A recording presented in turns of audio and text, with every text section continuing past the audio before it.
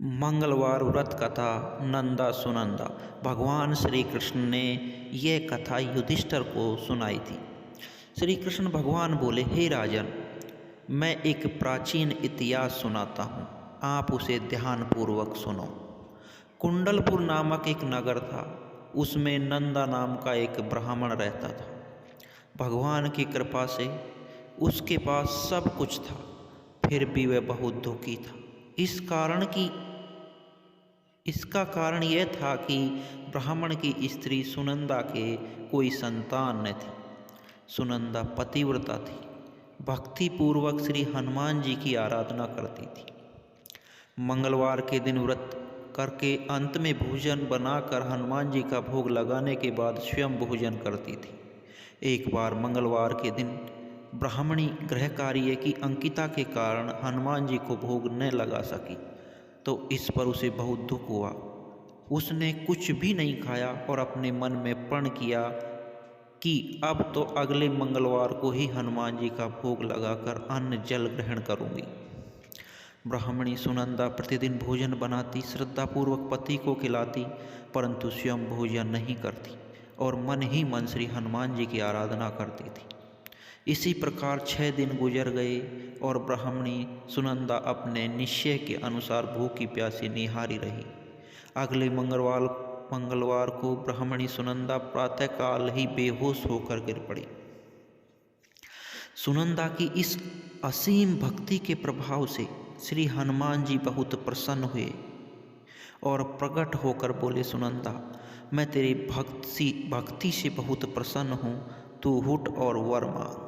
सुनंदा अपने आराध्य देव श्री हनुमान जी को देखकर आनंद की अधिकता से विह्वल होकर हनुमान जी के चरणों में गिरकर बोली, हे प्रभु, मेरी कोई संतान नहीं है, कृपा करके मुझे संतान प्राप्ति का आशीर्वाद दें, आपकी अति कृपा होगी।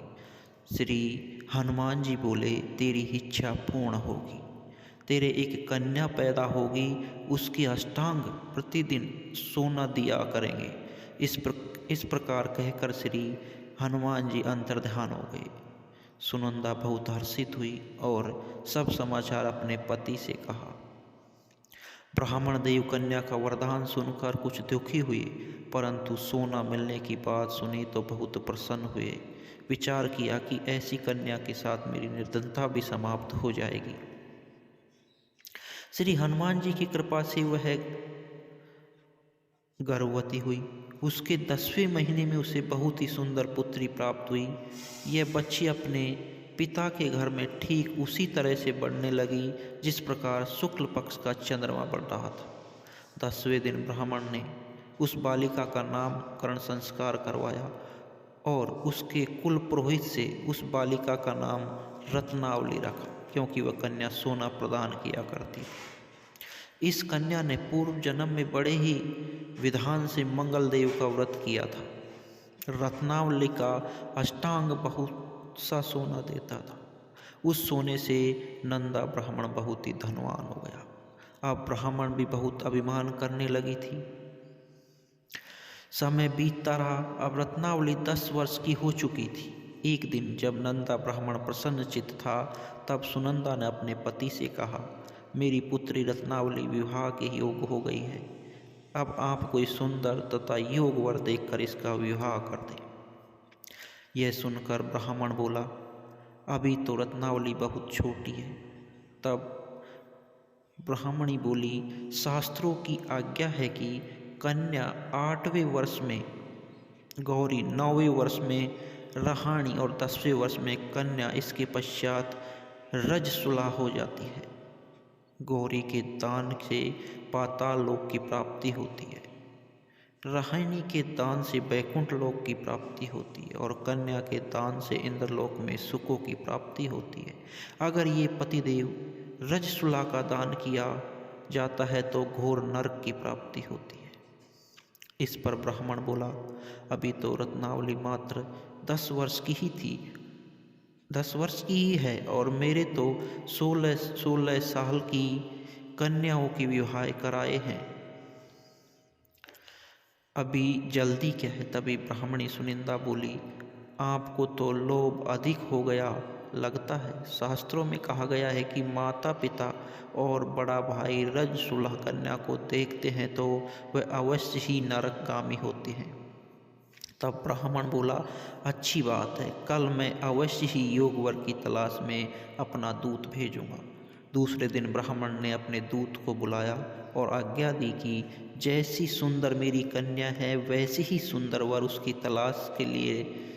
तलाश करो। दूत अपने स्वामी की आज्ञा पाकर निकल पड़ा। पोम्पही नगर में उसने एक सुंदर लड़के को देखा। यह बालक एक ब्राह्मण परिवार का बहुत गुणवान पुत्र था। इसका नाम सोमेश्वर था। दूत ने सुंदर व गुणवान ब्राह्मण पुत्र के बारे में अपने स्वामी को पूर्ण विवरण दिया।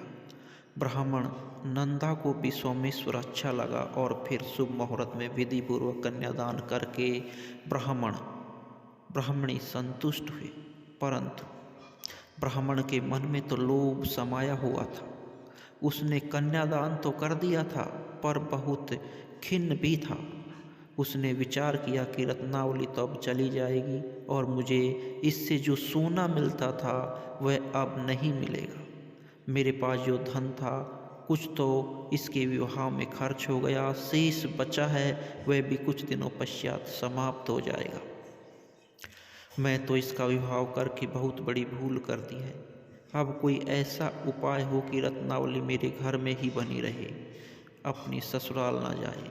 लोभी रूपी राक्षस ब्राह्मण के मस्तिष्क पर छाता जा रहा था। रात भरी अपनी सैया पर बेचैनी से करवट बदलते बदलते उसने एक बहुत ही क्रूर निर्णय लिया। उसने विचार किया कि जब रत्नावली को लेकर उसका पति सोमेश्वर अपने घर के लिए जाएगा तो वह मार्ग में छिपकर सोमेश्वर का वध कर देगा और अपनी लड़की को अपने घर ले आएगा, जिससे नियमित रूप से उसे सोना भी मिलता रहेगा और समाज का कोई मनुष्य उसे दोषी भी नहीं कह सकेगा। प्रातःकाल हुआ तो नंदा और सुनंदा ने अपने जमाई तथा लड़की को बहुत सारा धन देकर विदा किया।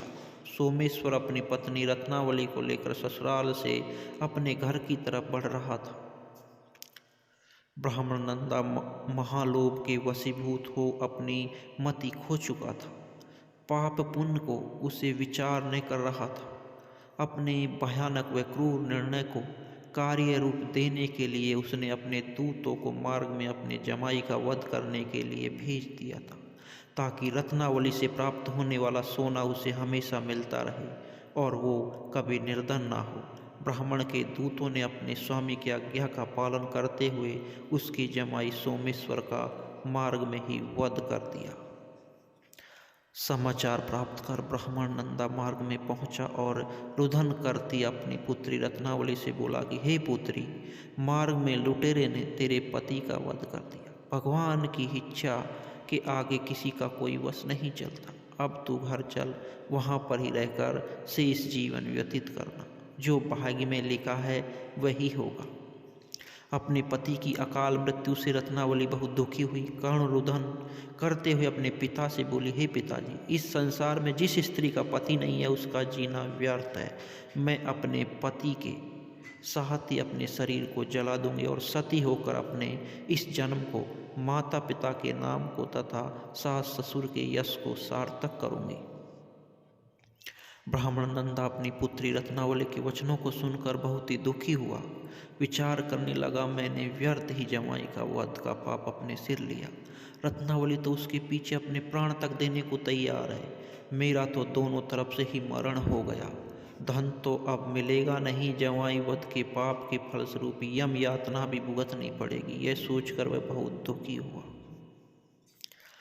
सोमेश्वर की चिता बनाई गई। रत्नावली सती होने की इच्छा से अपने पति का सिर अपनी गोद में रखकर चिता में बैठ गई। जैसे ही सोमेश्वर की चिता को अग्नि लगाई, वैसे ही प्रसन्न हो मंगलदेव वहाँ प्रकट हुए और बोले, हे रत्नावली, मैं तेरे पति भक्ति से बहुत प्रसन्न हूँ, तू वर मांग। रत्नावली ने अपने पति का जीवन दान मांगा। तब मंगलदेव बोले, रत्नावली, तेरा पति अजर अमर है, यह महाविद्वान भी होगा और इसके अतिरिक्त तेरा जो इच्छा हो वह वर मांग।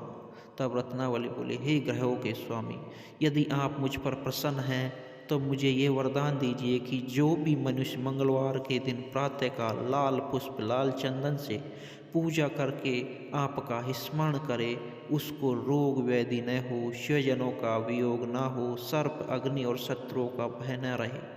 जो स्त्री मंगलवार का व्रत करे वह कभी विधवा न हो। मंगलदेव तथास्तु कहकर अंतर्ध्यान हो गए।